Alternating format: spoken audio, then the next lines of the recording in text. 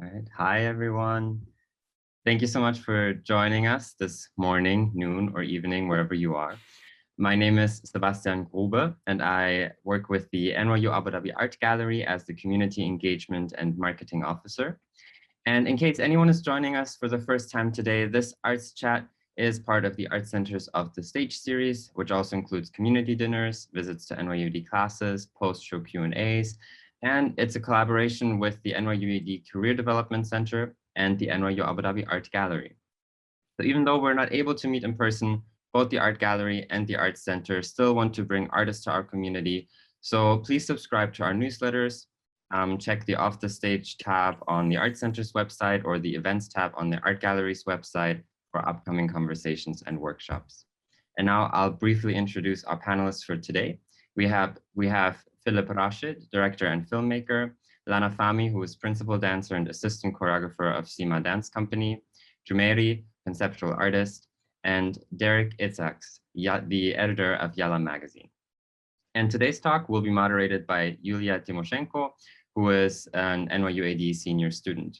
And this is just a reminder that this Arts Chat is recorded for social media and internal archiving purposes. So please keep your cameras off and microphones on mute during the chat. And now, without further ado, I'll hand the virtual mic over to Yulia. Thank you so much, Sebastian, for introducing everyone. And thank you so much for being here on a Sunday afternoon. So to start with, I wanted to ask you to share how you perceive the art scene in the UAE from your perspective, fields of practice or communities. And I would like to first start with Jumeiri and then go from there. Oh, wow. Okay. Hi, everyone. I want to start by thanking NYU for inviting me to this talk. And how would I describe the art scene here? I mean, if you asked me like a few years ago, I would say it's growing, but I think right now it's sort of at a stable phase of growth. And there's a lot of more interest from artists to sort of push themselves. So it's quite an interesting time actually right now to be an artist in the UAE. Yeah. Thank you so much, Mary. Yeah, hopefully it's growing. What about you, Lana? How would you describe it from your unique experience? I think from the performing arts scene, if I want to talk about contemporary dance and dance in the performing arts, unfortunately, it's not even close to where it should be. If I want to compare it with the rest of the world, I mean, unfortunately, we're very far. And 6 years ago, when I moved to Dubai, I mean, it did not exist at all. Now, when after witnessing the change, the change happened very quickly, and it happened very strongly at the same time. So it is a positive step. We're taking already positive steps, but even though where we are right now is not where I really want it to be and where it should be. So hopefully it's gonna be the change is gonna happen quicker and faster. Hopefully, let's hope. Yeah. And you mentioned that it's not where you want it to be. Could you describe how you would perceive it? Like, what's that? Well, it should be, first of all, to start with, we don't have venues, we don't have spaces that allow this art form to grow. I think we have so many people who are interested in attending dance performances, but also we have a lot of dancers who don't have the spaces or the opportunity to get spaces where they can perform or take workshops.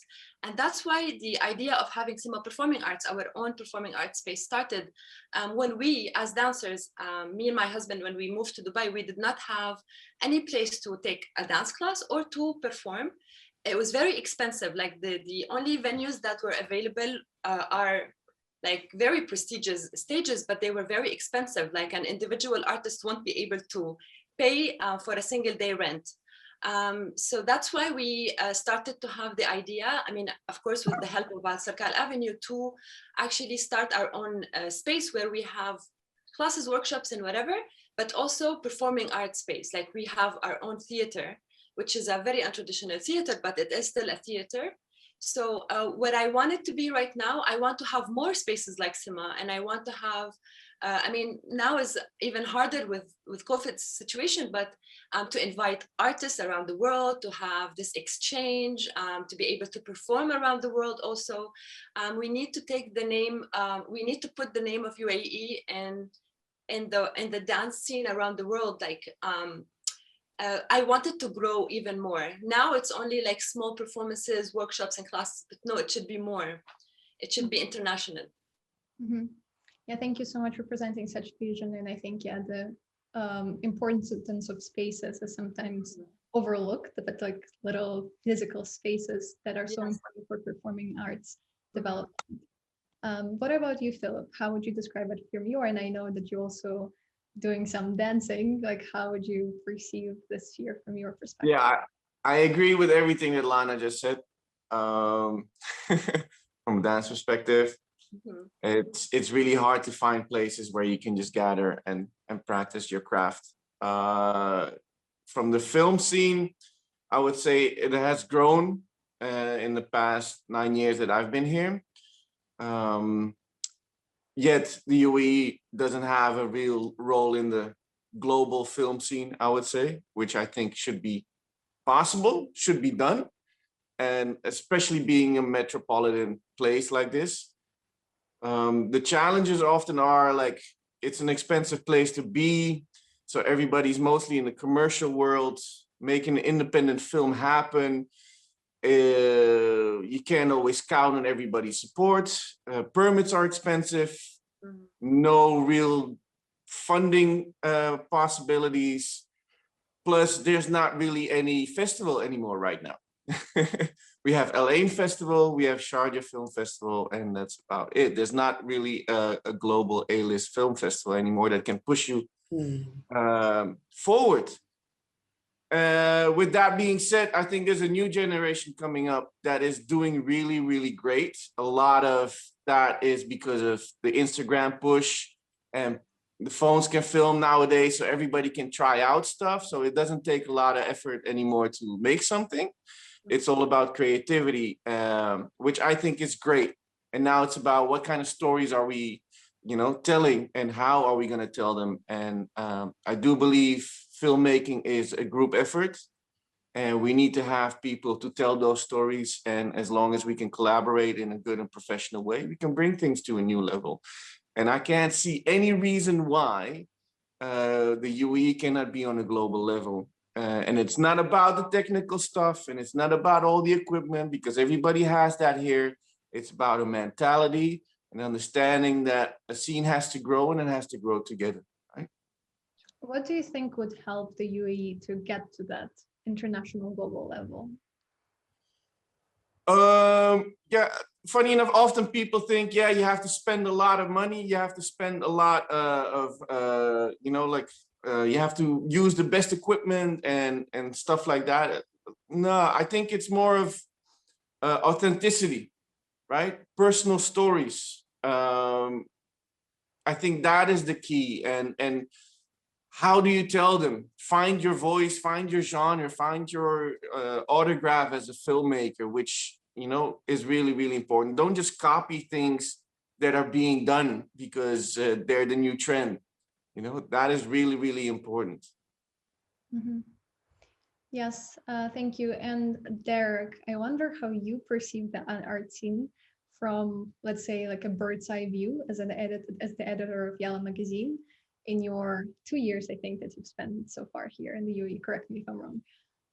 In what direction do you think it's evolving? What do you hope to change in coming years? How we perhaps can tackle the pandemic that has kind of like stalled the development currently? Derek, you're muted. Sorry. I have been in the UAE for 2 years. I've been in the Middle East 22 years, 23. Most of that was in Lebanon, which has got an absolute vibrant art scene, which is in your face. It's a more compact city. But I'm absolutely, I'm not an artist per se in the same ways that the speakers have been, but I'm really impressed with the art scene. And I'm talking Abu Dhabi, because this is where I am. I'm impressed with the institutions that are here, NYUAD, the French one, I forgot what it's called, I've gone blank. the Louvre Abu Dhabi, of course, Image Nation and all that. I think it's got a vibrant film industry. We've done lots of coverage at Image Nation particularly, and I think there's something burgeoning there or beyond burgeoning. And obviously I've got a different perspective as an editor of Yellow Abu Dhabi magazine.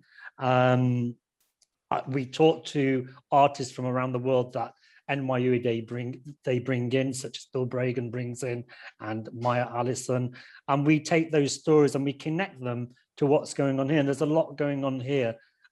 I think the art scene here is really vibrant, a lot more vibrant than it might seem on first arrival. You might have to dig a little bit deeper. It's not the kind of city where everything is in your face, as in London, perhaps, as in Beirut, perhaps, but it's here and it's deep. And there are professional artists, professionals, including the ones we've sat here, the ones behind the background, Sebastian, Clive, and I've mentioned Maya and Bill, who are doing their utmost to bring in the community. And we're a vehicle for that. You know, we are getting that message. I am taking the stories of Martha Redbone, for example, who was in, I'm going to have to read this, Barsac Festival. What does a story of an American Native individual singing songs, or what she does, have to do with the people of Abu Dhabi? But when you interview these people, and that's what I do, I find out what is the connection.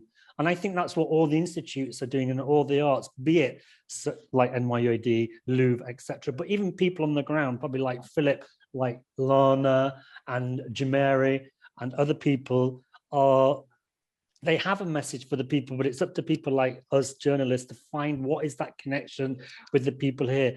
Everything's there. And since COVID, I think I've had a great chat with Bill and Clive and even Maya. I've personally, because I've been stuck at home, not today, in the lockdown, I've actually had time to get on YouTube, to go onto these, they've been pushing their art through Zoom and things like that. I think it's become even more accessible. I think that's what they wanted to do anyway. How do we get people to come to us around the world without actually coming into the premises itself? And I think they've achieved that brilliantly and probably got more followers, more people on the way, and making it more accessible.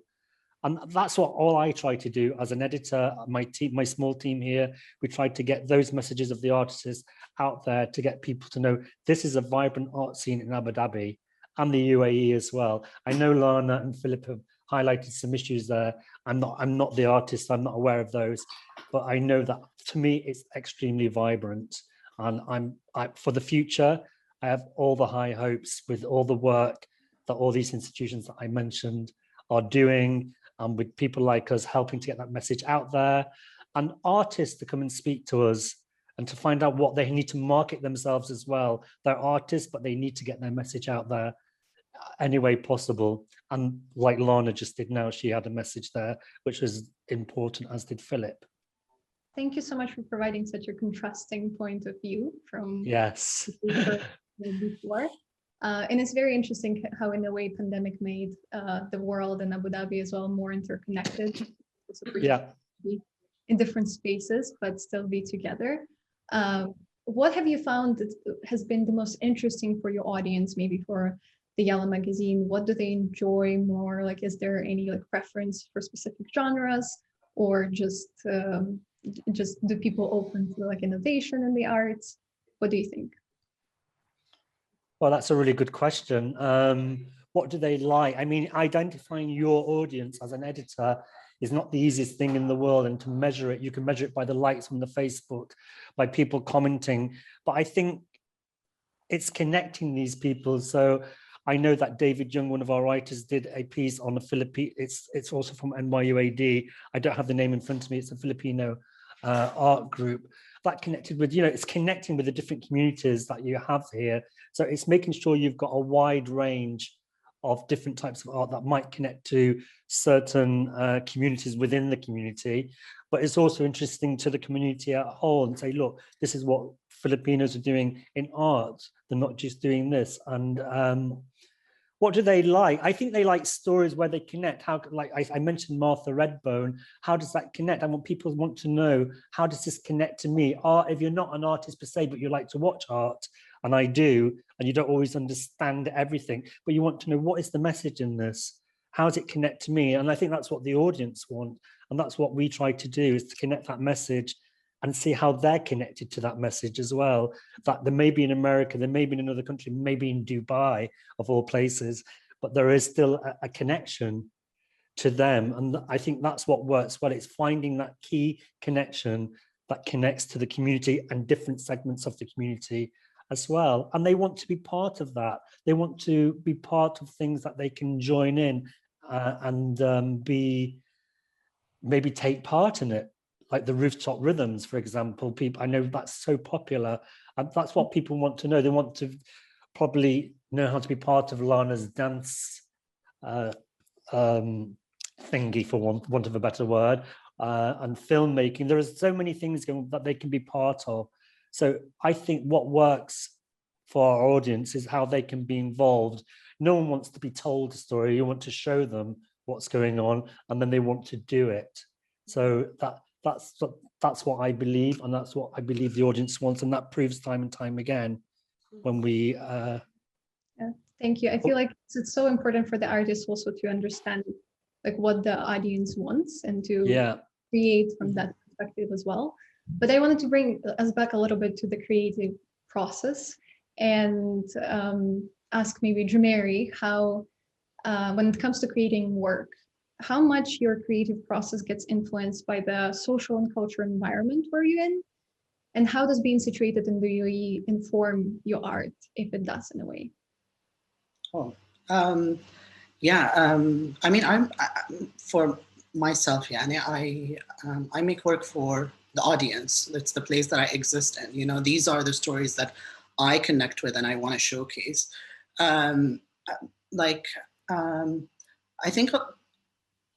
think because what do you call it? Because we live in a sort of a very sort of like this bubble, it's sort of sometimes difficult to navigate what the audience wants. You know, the art scene is very sort of closed within itself, you know, but it takes a lot sort of for you to reach out to the people that are seeing your work and to find out what they're responding to the work and stuff like that.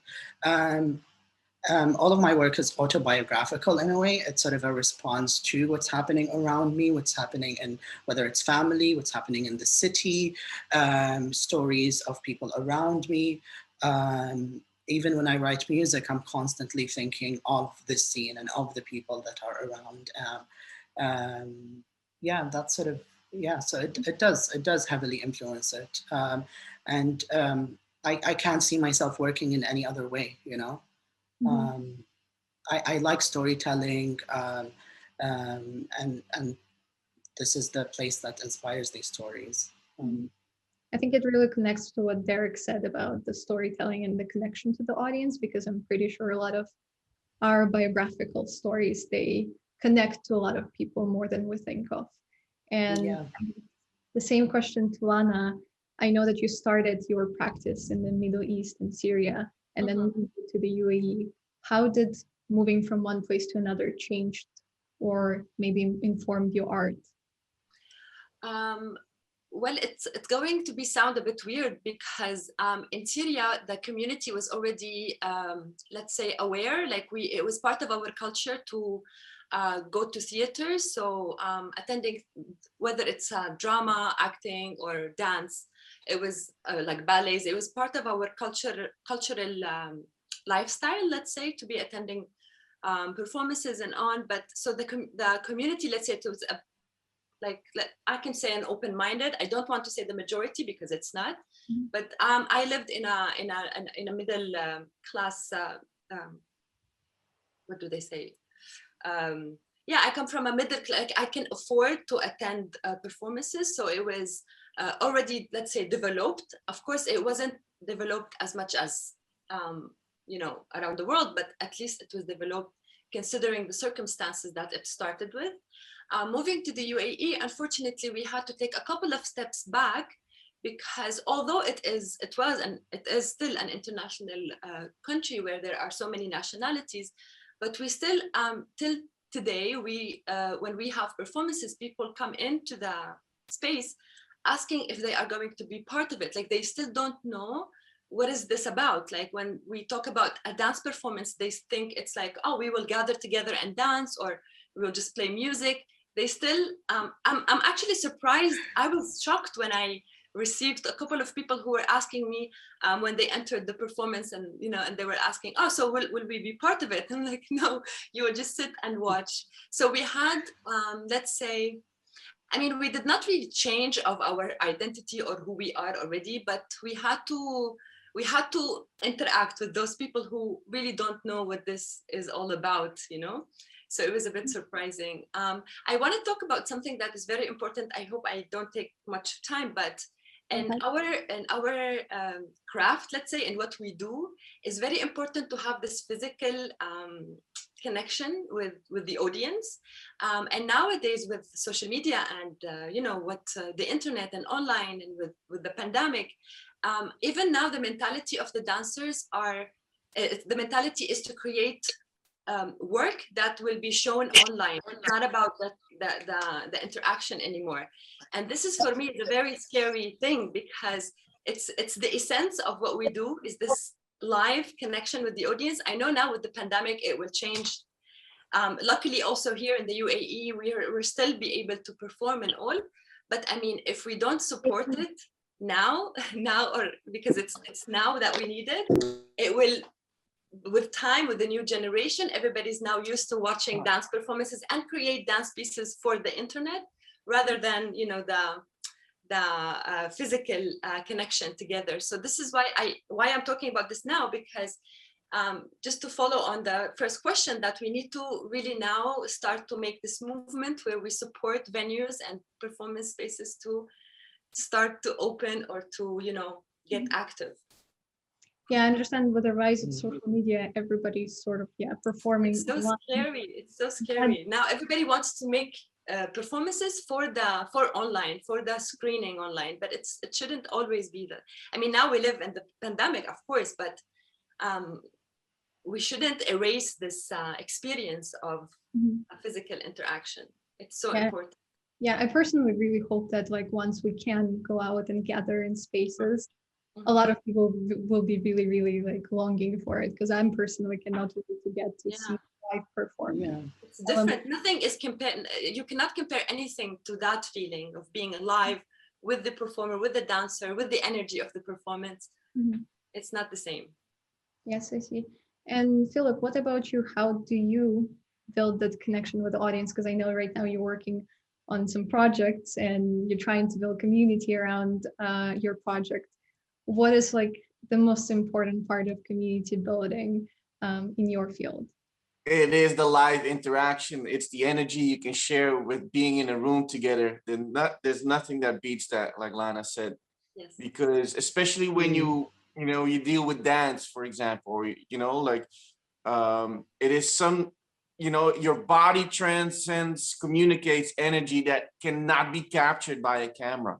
It is that little breaths when a movement comes out that you want to hear, or it's all these little details that make the difference.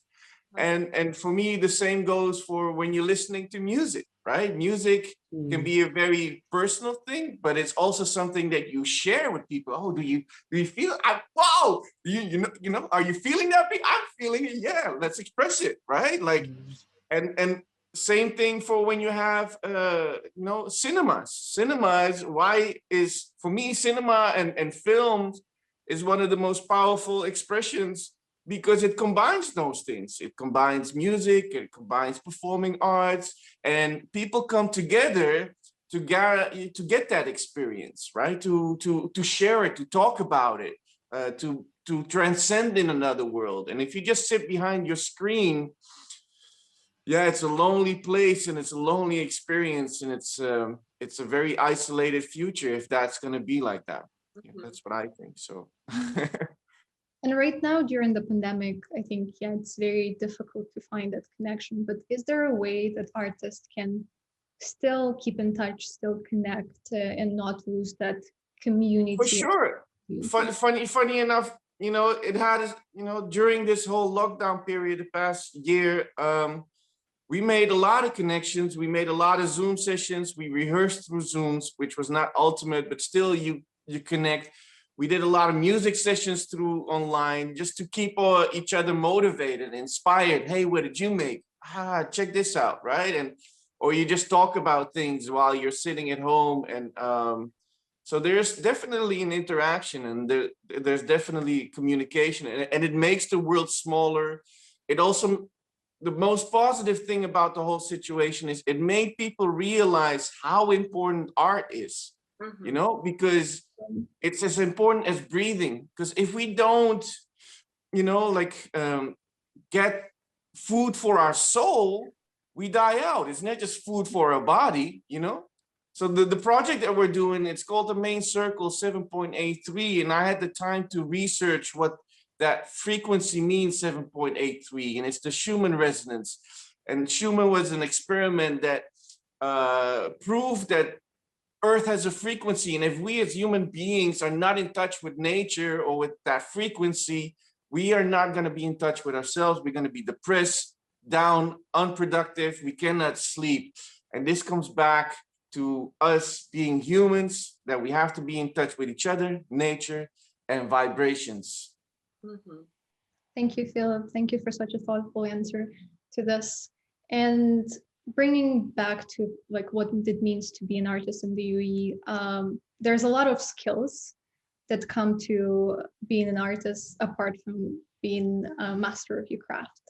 And I wanted just to talk about like what are some skills that has been essential in your career in promoting yourself as an artist, as building profile, and also maybe just managing your community around, because I know that Lana is also a principal dancer in SEMA Dance Company that takes a lot of managerial skills. What do you think is the key skills that you have to have apart from just creating? And let's start with Jumeirah. Okay, hi. Okay, I just want to add actually to what Philip said. You know, I do actually agree with him about the fact that during lockdown last year, it brought the community together even more. You know, I was attending theater plays through Zoom, you know, of my friends who were doing them in New York or in London, you know. And what we've also seen is a lot of the artists have started to create these like online communities to interact with each other and support each other. Also, not just from like you know, like an emotional perspective, but also from a financial perspective. We were trying to find each other jobs and things like that. So yeah, I agree with Philip on that point. Maybe a skill that I've learned, it's not necessarily unique to working here, but it's been what really, really helped me has been connecting with people. You know, I've been like from the beginning, I've been like going all around, you know, volunteering in different art organizations, meeting different people. I met Lana and Ala when they first moved here to the UAE through a curator who just put us in touch. She just said I think to me personally, she said, you know, meet them. You never know what's going to come out of it. And we just had a really lovely chat, and that's sort of how, you know, how I see like how I've seen myself and my practice develop. It's through meeting different people and collaborating with different people. Yeah, that's the skill that is the most important. I feel like it's connecting with your community, connecting with the people around you. Yeah. Yeah, and I guess that goes to like a lot of industries as well. That's what they call networking, that very like loaded word. I guess connecting sounds better. I somehow like connecting better than networking. It doesn't sound that transactional. So yes, thank you so much. And for you, Lana, I know that you manage other people around you. What have been some challenges that you face as a principal dancer and team manager as well, and how do you overcome them in your profession?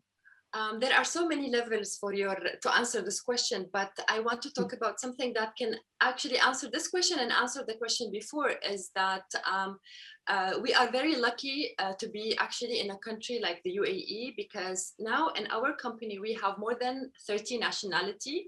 So the company has, like, we have Arabic, non-Arabs, we have so many backgrounds that only made the company even more rich. like when we were in Syria, we were all Syrians, we all speak the same language, we all have the same history. It's almost like we're brothers and sisters. So we're like from the same, you know,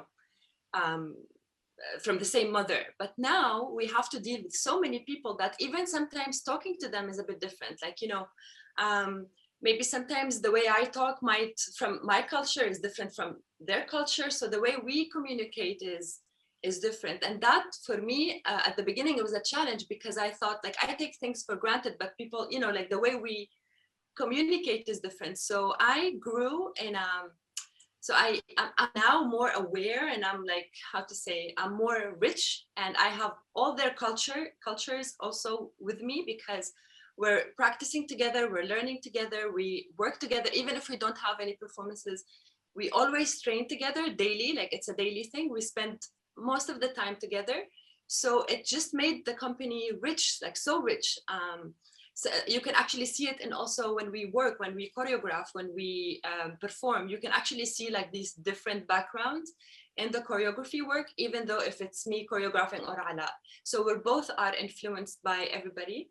And I think this is, I've never been in other countries, but I think you can only find it, or like the UAE offers this very like in a very generous way, where we have so many backgrounds that can put their inputs in one place, and it will only make it grow even more.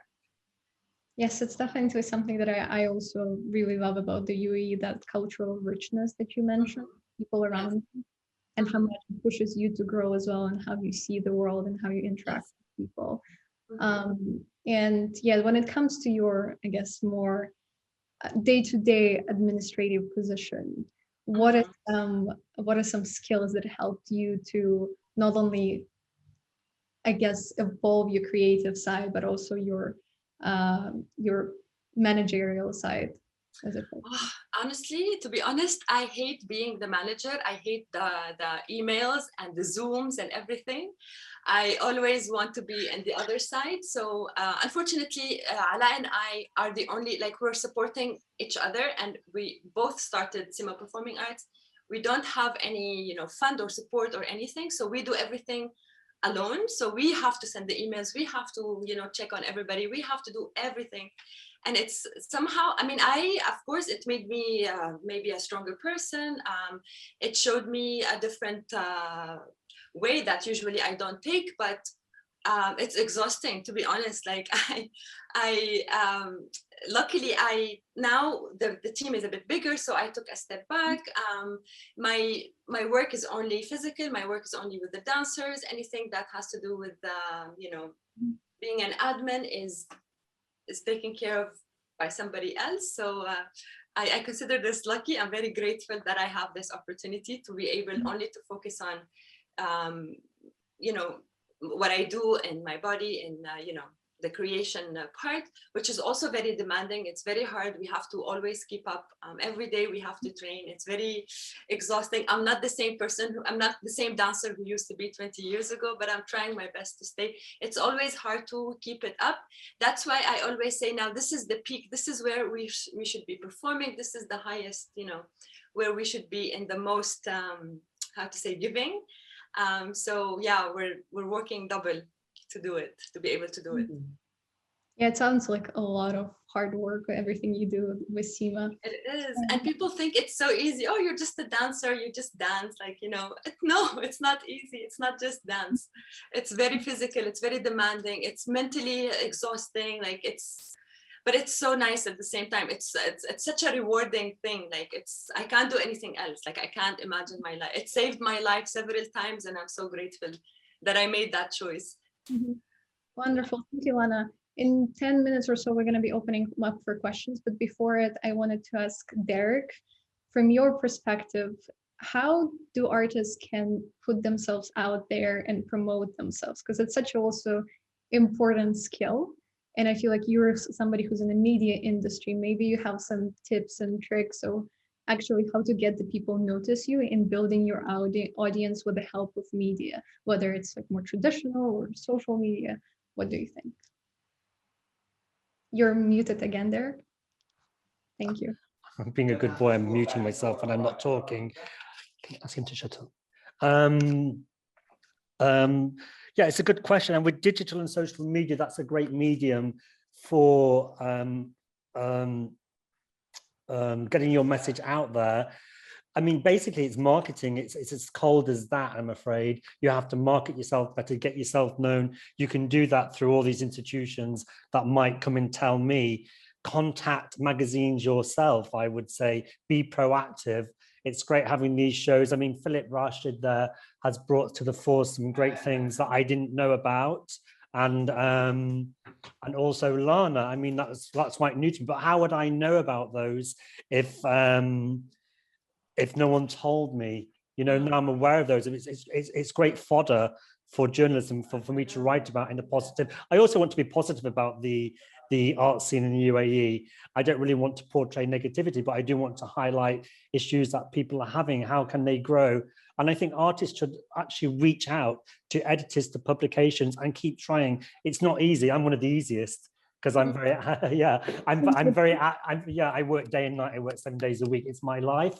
And I'm very easy to get hold of. I know some of the guys have added me on my personal Instagram. Happy to chat, always happy to listen. I've got a big listening ear. I'm looking for stories constantly. Do I have room to tell all those stories? No, but I'm aware of the problems that Lana's talked about. I'm aware what Philip said, Jumeirah, and things like that. Come to me, talk to any journalist, reach out there, reach out to the institutions who definitely talk to me all the time.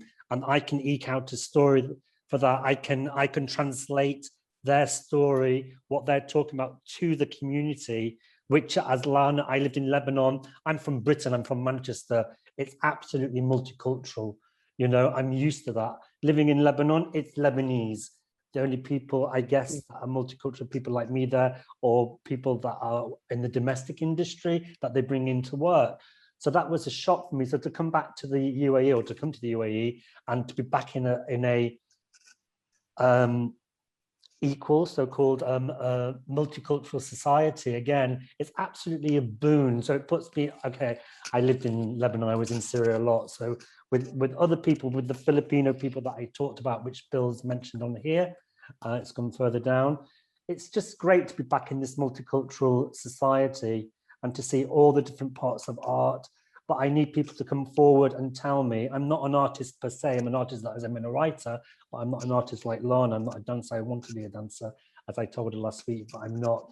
And Philip Rashid, you know, come to me, tell me your stories. Can I do? We have an online platform that we can utilize. I'm looking for stories day and night to go on, that interesting stories, as well as the ones that NYUD and Louvre and everyone else sends to me. And I'm happy to listen to your story. And how can I get a part of their story? I can only ever do a part of their story and push it forward. But I say the cold, hard fact is marketing. And as an artist, that sounds very commercial, very corporate, but it's exactly what you have to do. I mean, I'm not saying to make loads of money, that'd be really great, but to get to grow what it is that you want to grow your entity, to grow your art, to get people to notice you, to bring people to you. I mean, Lana's talked about management. I'm also managing a team as well as being an editor as well. And yeah, it's really hard. It takes your eye off the ball. You have to do lots of admin. And I think marketing is one of those. And marketing in what form? I think I've said it already. I'm not going to repeat myself, but you can come to me. That's one. Just tell your story. Well, no, Derek. Yes, thank you. We'll all get your contact. Reach out, Derek. Yes, yeah, reach out. I'm Philip. You talked about. Yeah, I do. Do I miss the physical? I do like to sit with people. I am sitting with people. As you see, I'm in the office today. We've been in since September, and I do go meet people. Social distancing, mask on, of course. But Zoom is really great, but it's not the human touch. When I'm sat with people, I don't talk as much as I'm quite quiet, and I listen, and some great snippets, because you don't know, you're talking away and you're giving the game. If I don't interrupt, of course, you're giving things away, and I'm jotting down little notes in my book, as well as on my phone, on my dictaphone, that's a very old word, on my microphone, recording you. We have to move a little bit. We have to move on a little bit because we got lots I'm going on. Audience questions, but thank you so much. I think your insight into how to, like what do the editors think and how do you reach out to them is valuable, especially for students. Sure. And one of the questions from the audience that we got that actually I was planning to ask, but I'm just going to read it. Can the panelists address what it takes actually to build a life as an artist here? How do you support yourself financially? And especially with canceled gigs and opportunities that have been that you have been able to maybe receive from financial aids or other like grants, is it enough that you make to make a living in the UAE while being an artist? And keep in mind that a lot of actually our audience are still students, so they may be contemplating this idea of like making money versus making art. And I think Jumeiri, let's start with you, maybe. Yeah, it's tough. It's actually really tough, you know. I think one of the things that really helped me was having a job outside of the art scene. And that when I first started, I just assumed that art was going to pay, you know, support me financially or pay the bills, quote unquote, you know. But it's really tough to make sort of a living in the arts here, specifically as a conceptual artist. There is a lot of support from the government and different entities, but it's very different, you know, it's very spread out. It's not like, you know, it's either focused on March or November, you know, which is like Art Dubai time or Abu Dhabi art time. And there isn't a lot of financial support in the between phases. During this period, during COVID, when it first started, yes, obviously, like a lot of other artists, I've had some work that has been canceled. But again, having a job, and I know I'm speaking of privilege, you know, when I say that having, you know, you need to have a job maybe, or from my perspective, having a job helped me with building my art practice. But that really was the thing that saved me and saved my practice in a way. You know, I was able to pay for you know, for the more experiments that I wanted to do in my own space in order to take them to these organizations to build the space, you know, the artworks that I want to do. And I had more money to make things, you know, I had to the quality that I wanted it to be. I think, yeah, I think that's really what helped me, to be honest. And I remember like around 2017, I had just graduated university, and I told my dad and my family that, you know, like, it's okay, I'm gonna be making money from the arts this year, you know, because you know, I'll be able to support myself financially from now on. And I was hit with the reality that it's actually really tough, you know. One of the things that I can give as an advice is, you know, like, look at your contracts. There's this one time where I was scheduled to do a series of performances, and I've done one, and then the rest was canceled. What helped me at that point was the fact that I ended up negotiating the contract and added a clause that if the performance was canceled, that I'll still get paid. So I think working with a lawyer and reading your contracts properly also helps with that. That's my perspective. Thank you so much. And you know, yes. Sorry, just to add, another thing that we do, my friends group, that we do is we talk about how much we're getting paid by different art organizations and spaces around, you know, like sharing these with your friends is very important.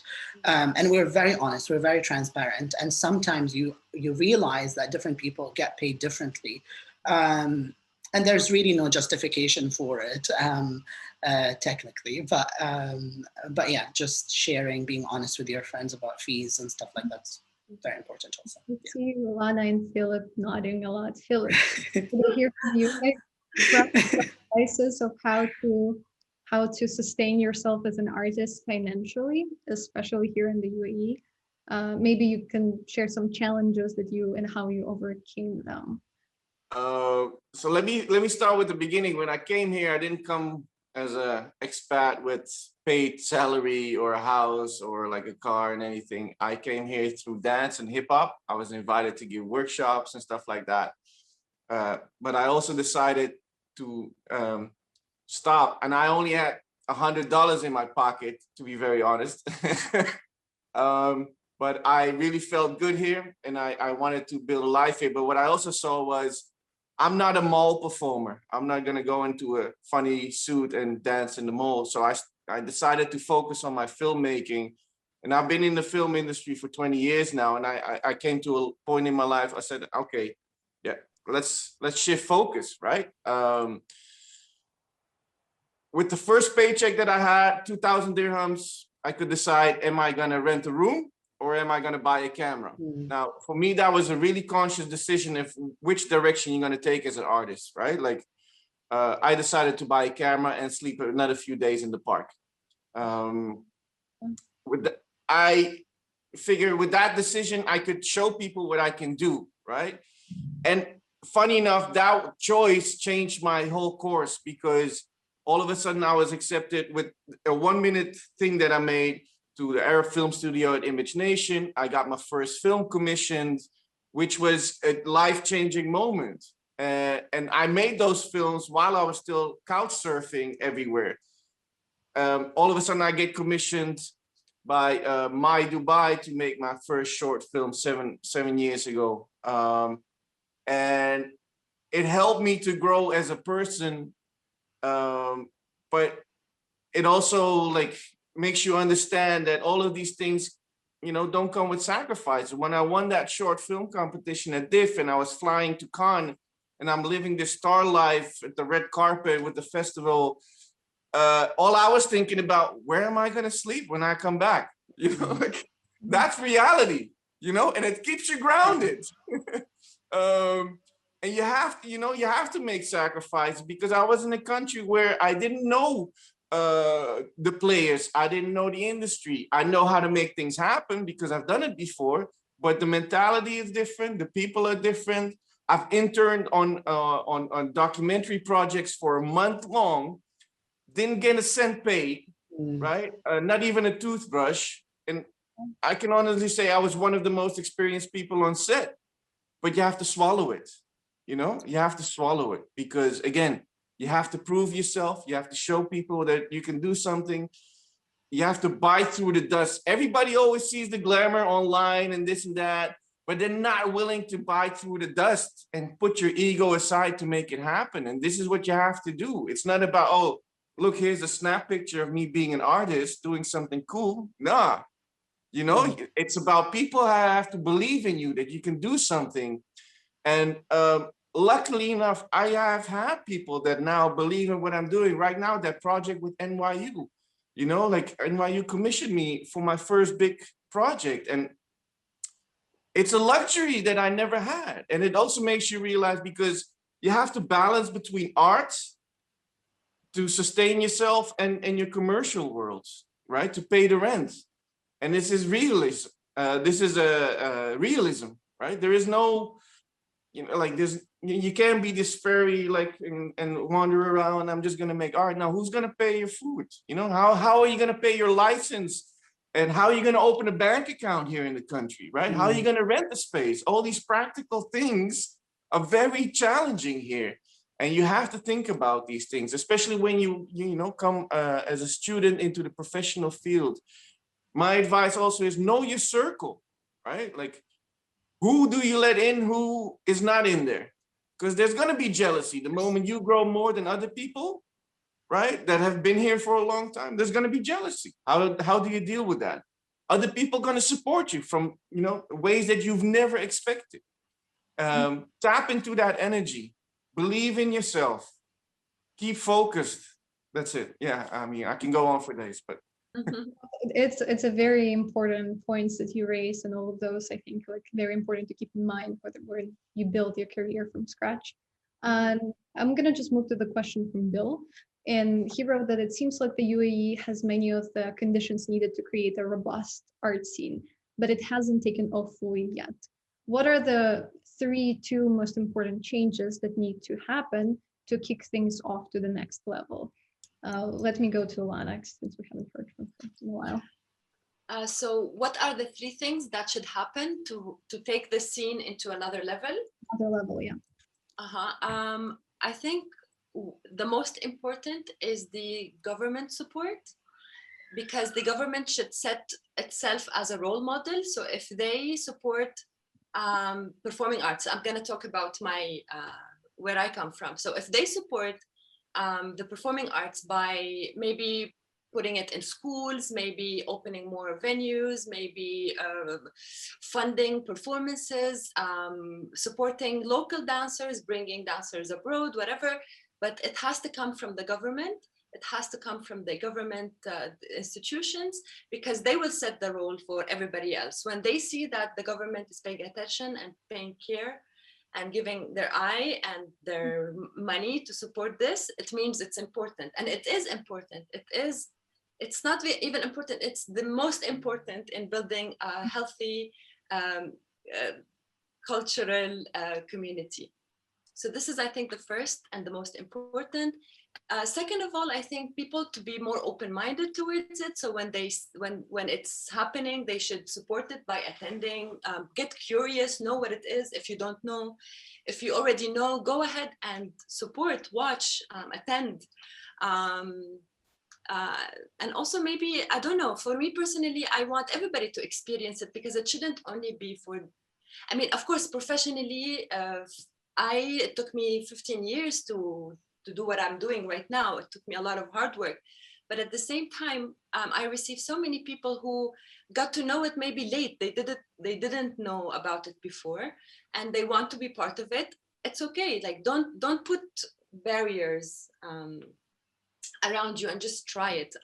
Most of our classes right now, we give classes as well. So most of our classes are people who've never done it before, but now they are so into it, and they are actually improving. Like, if the mind and the soul wants it, the body will follow. So I think it's just a matter of being an open-minded. I think there are so many other things, but the most, I go back to my first, is the government support. We need the support from the government. We need to be, it needs to be accessible. It needs to be everywhere. And more theaters, more spaces, more, now maybe to answer also the question before, Ala and I, we have to do commercial performances. Like, the company needs to do commercial performances to be able to do the artistic ones, to be able to do the ones that speak to our souls, the one that show our identity, the one that made us who we are right now. And the ones that also pay for SEMA performing arts. Otherwise, who would pay the rent? Like, we don't have any other job. This is the only thing that we do for living, and we also have a family, like we have rent. So it's a lot of things that we are actually doing it alone. Like, our actual sweat is paying for the rent of our house, of the space that people are actually using as their home right now. They talk about how important this community that was built by SEMA Performing Arts, and how they made them feel more at home, in the UAE or in Dubai. So yeah. I'm sorry if it was long, but that was great. This is my answer. For your thoughts, what about you, Jumeirah? What do you think is important change, maybe a few that need to happen in the UAE? Yeah, I mean, I agree with Lana. I think the government does need to set an example, but from like a conceptual artist perspective, it's also about paying fairly the artists. Because I work in performance, a lot of the times, when it comes to fees, what ends up missing is the payment for the performers who are performing in my artwork. So a lot of the times, I've I've opted out from getting paid in order for them to be paid. And there needs to be a focus on paying everyone involved in a specific project fairly.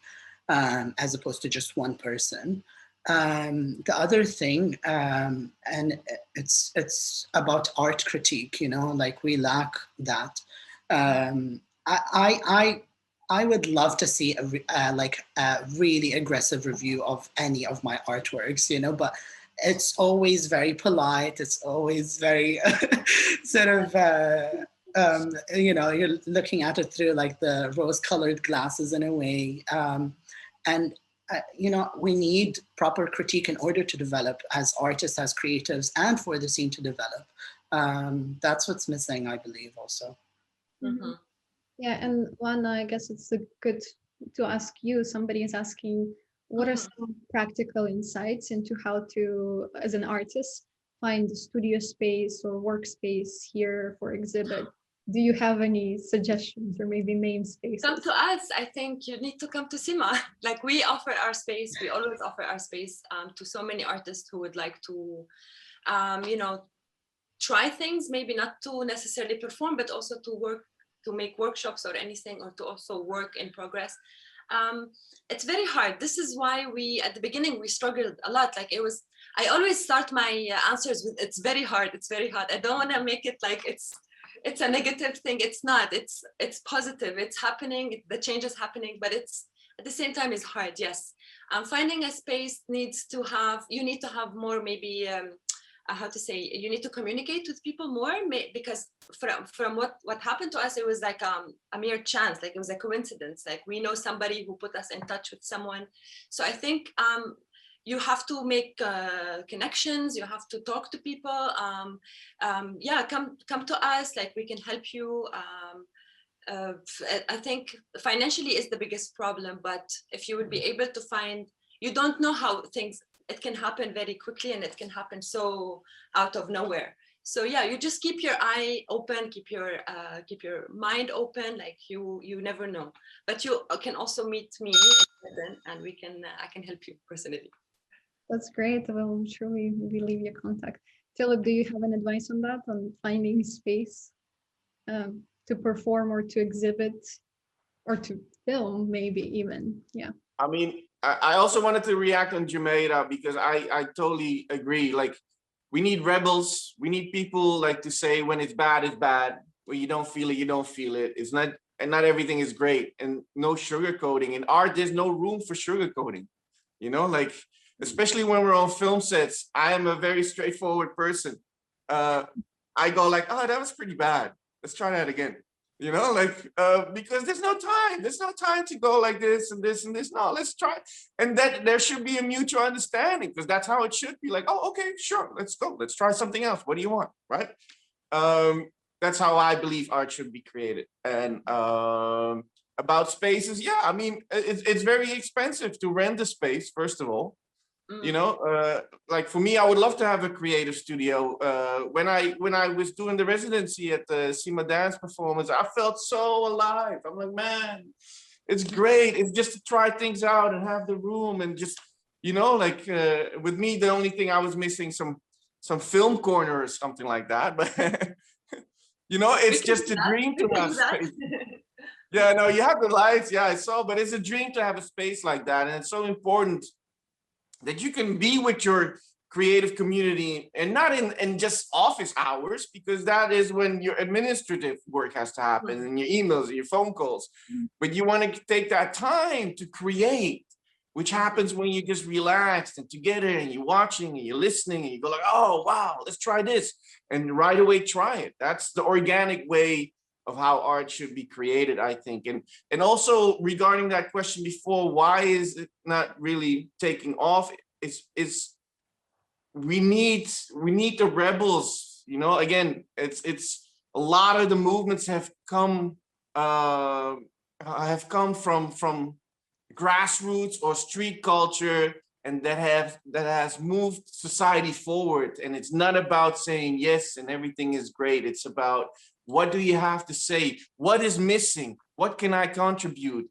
Who is not saying something, and who dares to say it? You know, like.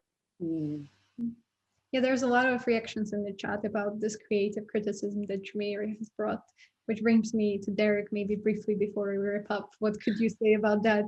You mentioned specifically that you try to always be very positive about the arts, but people want more than that. You have to think where we are as well, the environment in which we live, and what we can criticize and can't criticize. We need to be very careful. But at the end of the day, we're not a huge magazine. We have limited space. I'm not an artist per se I could personally criticize somebody's work if I was there face to face, but not in a journalistic way in a magazine. It's not really my forte.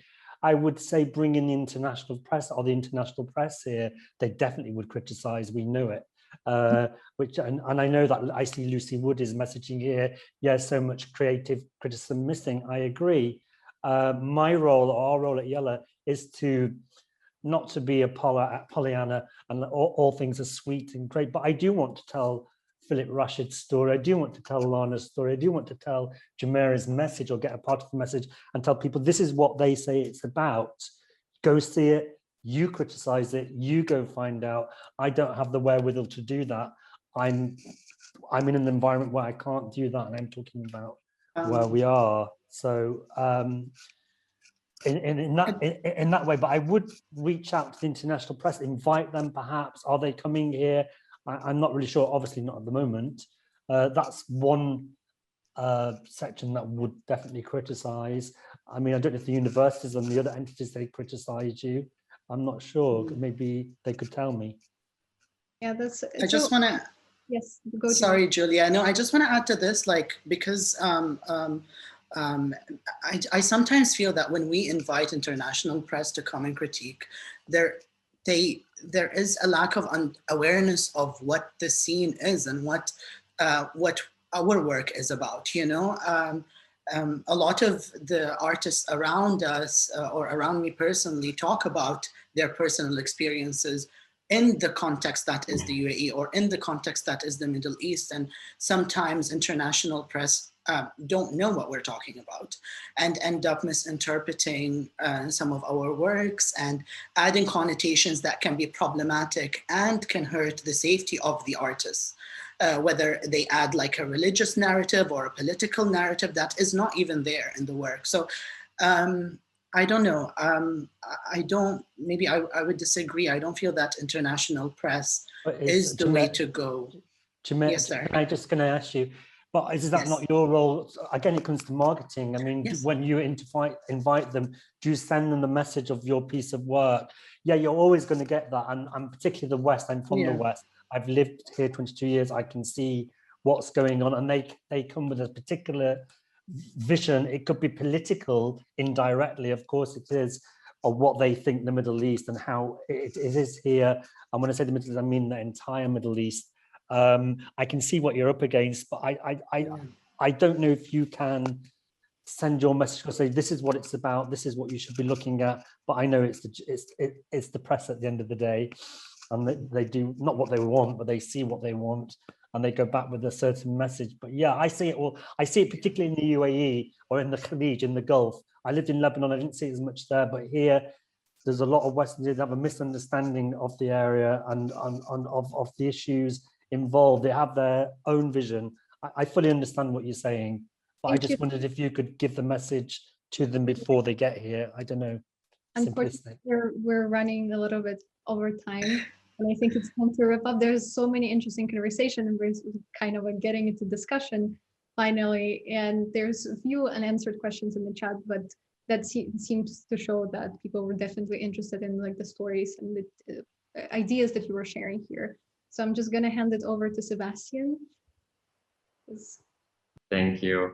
And yeah, thank you everyone for joining us. Thank you for this wonderful conversation, for all of the insights, for your discussion at the end. It was so exciting to listen to it. And I hope that we can continue that conversation. And a special thanks to Philip, Lana, to Derek, to Jumeri, to Julia, to the team behind the scenes, Michael, Bea, Lana as well. And I hope you have a good rest of your afternoon. Please make sure that you join us at the art gallery for our upcoming conversation with Mariam Alhamra and David Risley called The Histories We Create. You can see the link to register in the chat. That will take place next week on Tuesday, April 27th at 9 p.m. And also make sure to visit our virtual exhibition. You can also have that link in the chat. And then for the Art Center, please make sure that you join the upcoming conversation called Through the Lens of Inclusion and Equity with artists from Theatre for One, Here We Are, who are going to be in conversation with the Senior Director of Inclusion and Equity at NYU Abu Dhabi, Fatia Touré. And that will take place this week on Wednesday, April 21st at 4 p.m. So again, thank you everyone. Thank you to our speakers. Thank you for Julia. It was lovely having you here, and have a good day. Thank you. Thank you, everyone. Thanks. Bye.